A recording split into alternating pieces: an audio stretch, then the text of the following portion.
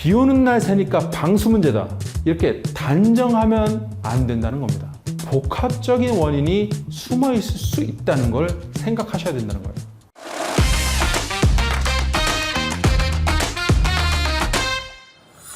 누수 사건에 대해서 말씀드릴게요. 비 오는 날만 되면은 물이 떨어진다. 그런데 비가 그치면 멀쩡해진다. 이렇게 이제 우수 관련돼서 누수가 발생된다는 그런 의뢰인분들이 많이 있습니다. 대부분 이제 비가 오면은 아무래도 습해지죠. 그래서 습기 때문이겠지, 결로 때문이겠지 하고 넘어가는 경우가 많습니다. 하지만 단순한 날씨 문제라고 치부하고 습기 문제라고 치부할 것은 아닙니다.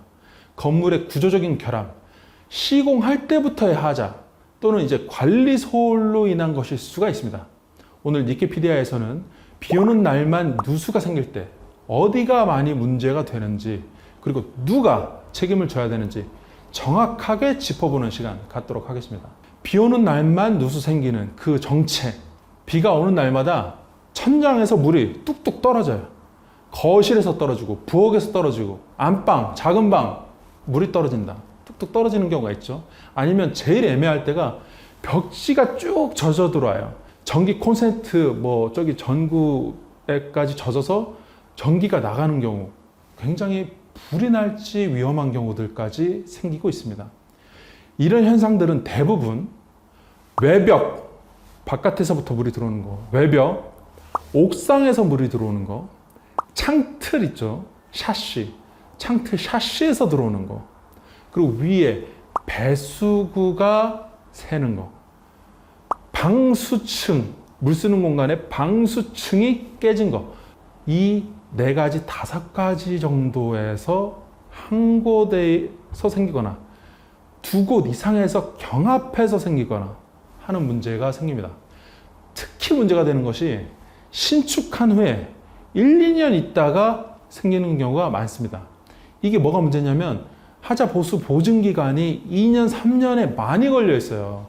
그래서 2년, 3년 하자 보수 보증 기간 왔다 갔다 해서 생기기 때문에 시공사한테 문제 제기를 할 수 있냐, 시행사, 우리한테 건물 판 사람한테 문제 제기를 할 수 있냐 없냐 문제이기 때문에 굉장히 중요합니다. 아무래도 콘크리트가 시공하고 2년, 3년 지나면서 수축 팽창을 계속 반복하죠. 그러면서 문제가 생기는 경우가 많습니다. 그래서 굉장히 주의하셔야 돼요. 많은 분들이 이러다가 괜찮겠지, 습이니까 습이 어느 정도 있다가 말겠지 하는 경우들이 있어요. 근데 이제 그냥 넘기시면 되는 문제는 아니다. 습이 보인다, 물이 떨어진다면 그 벽체 안쪽, 그 천장 안쪽에는 이미 물이 가득 차 있는 거고, 천장이면 목공을 하고 그 안에 이제 공간이 있죠. 그 안쪽 공간은 이미 곰팡이가 가득 쓸어 있고, 그리고 구조가 부식이 되고 있습니다. 그 단계까지 올 때까지 벽지에는 티가 안 나는 곳이 많습니다. 그리고 실크 벽지는 물이 그냥 어느 정도 차 있다가 없어지는 경우도 꽤나 있어요. 그래서 잘 모르시는 경우가 있다는 거. 그래서 까봐야 정확하게 알 수 있는 경우들이 꽤나 있다. 원인 구분, 외부 유입형, 내부 배관형. 비가 오는 날만 누수가 생긴다면 가장 먼저 확인해야 되는 것은 물이 어디에서 오느냐, 원인이 어디냐겠죠. 첫째, 외부 유입형 누수. 우수가 외부로부터 들어온다. 옥상 방수층, 옥상에 우레탄 방수 많이 사용하시죠. 녹색으로 되어 있는 경우 있고 검은색도 있고 여러 가지 색깔 있지만 녹색 우리나라에서는 많이 쓰는 것 같습니다. 옥상 방수층 균열이 생기면 누수가 생기죠. 외벽, 벽에 크랙이 막 쭉쭉 많이 가 있어요. 쭉쭉 많이 가 있으면 그쪽으로 새 들어오는 경우. 창틀 실리콘이 있습니다. 창틀 실리콘 부분이 오래되면 삭죠. 창틀 실리콘 그거 영원한 거 아니에요. 3년에서 5년이면 다 탈락됩니다. 3년, 5년마다 보수하셔야 돼요. 창틀 실리콘 탈락.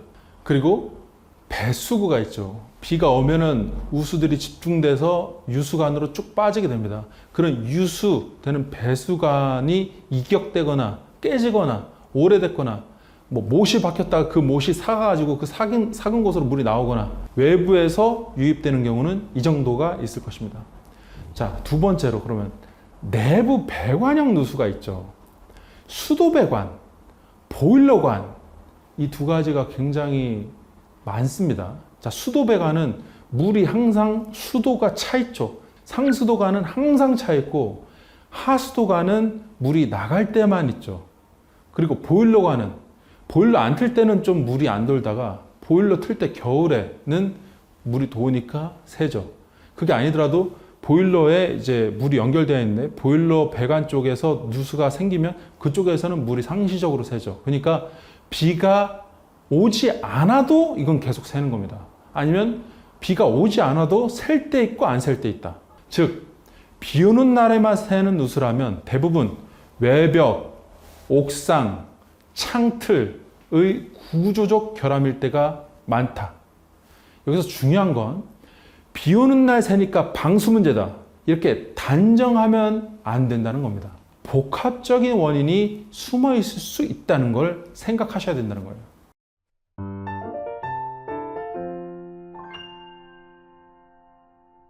세 번째, 법적 책임. 누가 배상하여야 하나? 신축 아파트, 빌라 같은 경우 있죠. 신축 아파트, 빌라, 새로 진 것들은 주택법에 따라서 방수공사, 외벽 방수공사 같은 하자담보 책임은 3년이 부여가 됩니다. 그러니까 준공 후 3년 이내라면 시공사 또는 시행사한테 보수를 청구할 수 있습니다. 내용 증명을 보내놓으시는 것을 추천을 드립니다. 자, 두 번째로 상가, 오피스텔, 단독주택들 같은 경우에는 하자담보 책임이 보통 1년 정도 적용된다고 보시면 될 것 같습니다. 방수 관련해서요. 그래서 1년인데 하자의 성질이 조금 중대한 부분이다. 건물의 구조적 하자, 콘크리트 하자다. 그럼 훨씬 더 연장되는 경우도 있으니까 주의하셔야 됩니다. 근데 하자 보증 기간이 짧다는 거 유의하시고요. 임대 중일 때는 어떨까요? 임대하고 있는 임차인이다. 그럼 주택임대차 보호법 그리고 민법에 따라서 임대인은 임차인에게 주택을 거주 가능한 상태로 유지해 줄 의무가 있습니다. 누수는 대수선 하자이기 때문에 임대인 책임이에요. 그래서 임대인이 우선 고쳐줘야 되는 겁니다. 근데 임차인이 관리부지한 경우 있죠. 목욕탕에 물을 틀어놓고 나가서 넘쳐가지고 뭐 밑에 집에 누수 피해가 다 났다. 그럼 관리 책임이기 때문에 임차인 책임이 되는 겁니다. 동파자일 경우에 진짜 중요한데 동파의 원인이 창문을 열어놓고 나간 임차인이다. 그럼 임차인 책임이에요.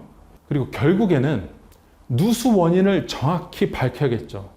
창틀 문제다. 창틀의 소유자 책임입니다. 외벽의 크랙 문제다. 공용부 책임일 가능성이 높습니다. 옥상 책임이다. 공용부 책임입니다. 자, 근데 옥상 벽은 시공사, 시행사에게 하자 보증 기간 내라면 문제를 제기할 수 있다. 그래서 누수 원인을 정확하게 밝히고 정확한 책임자한테 책임을 물어야 되겠죠.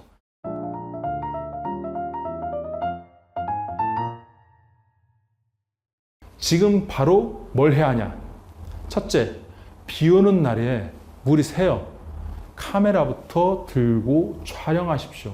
비가 올 때 감정이 반드시 오는 게 아니죠. 그래서 비 올 때의 상황을 구체적으로 남기셔야 됩니다. 누수가 시작되는 위치 정확하게 남기시고 물이 이렇게 번져요. 몇 시 아니면 몇 월 며칠 물이 점점 번져요. 이렇게 연필이나 아니면 뭐 사인펜 번지지 않는 걸로 이렇게 누수 지도를 그리시는 걸 추천을 드립니다.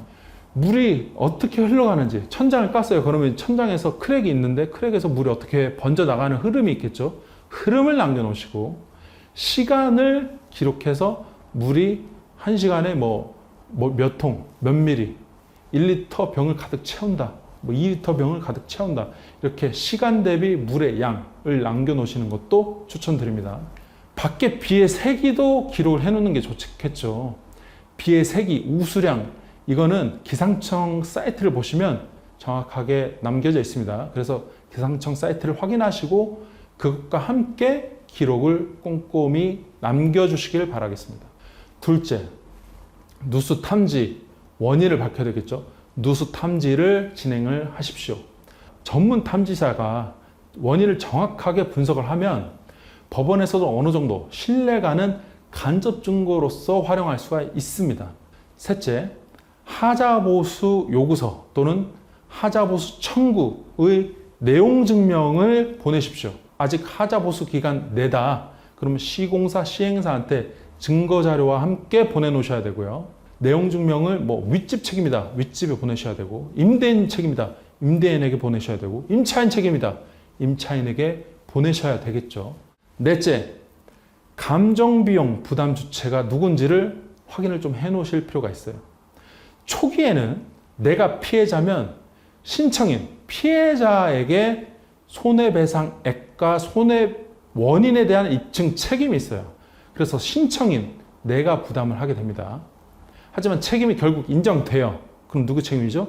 그 가해자, 가해 측에서 비용을 무는 것이 원칙입니다. 그래서 협의를 하실 때 내가 먼저 탐지 비용 낼게.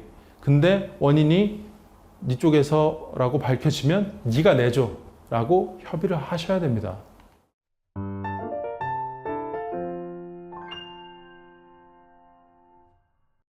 다섯 번째, 실제 사례에 대해서 설명을 드릴게요. 정말 따끈따끈한 사례입니다. 이번 10월에 감정서가 나온 사건이에요.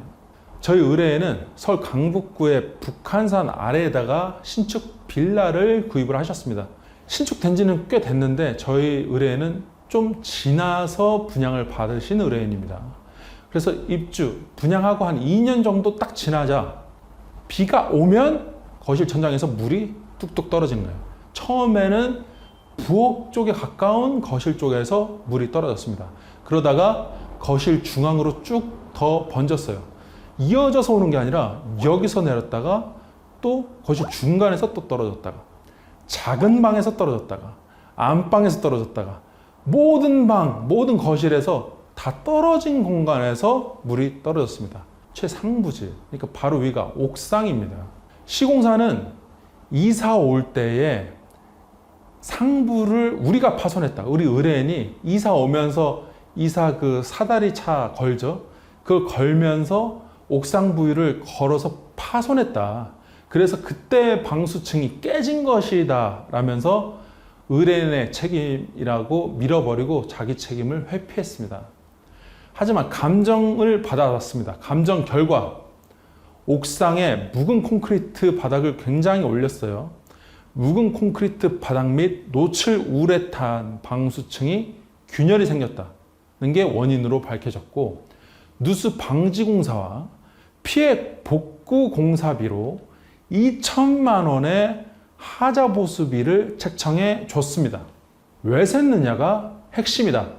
그리고 왜를 밝혀내는 것이 법적으로 가장 중요한 싸움입니다. 지금까지 법률사무소 니케 이영건 변호사였습니다.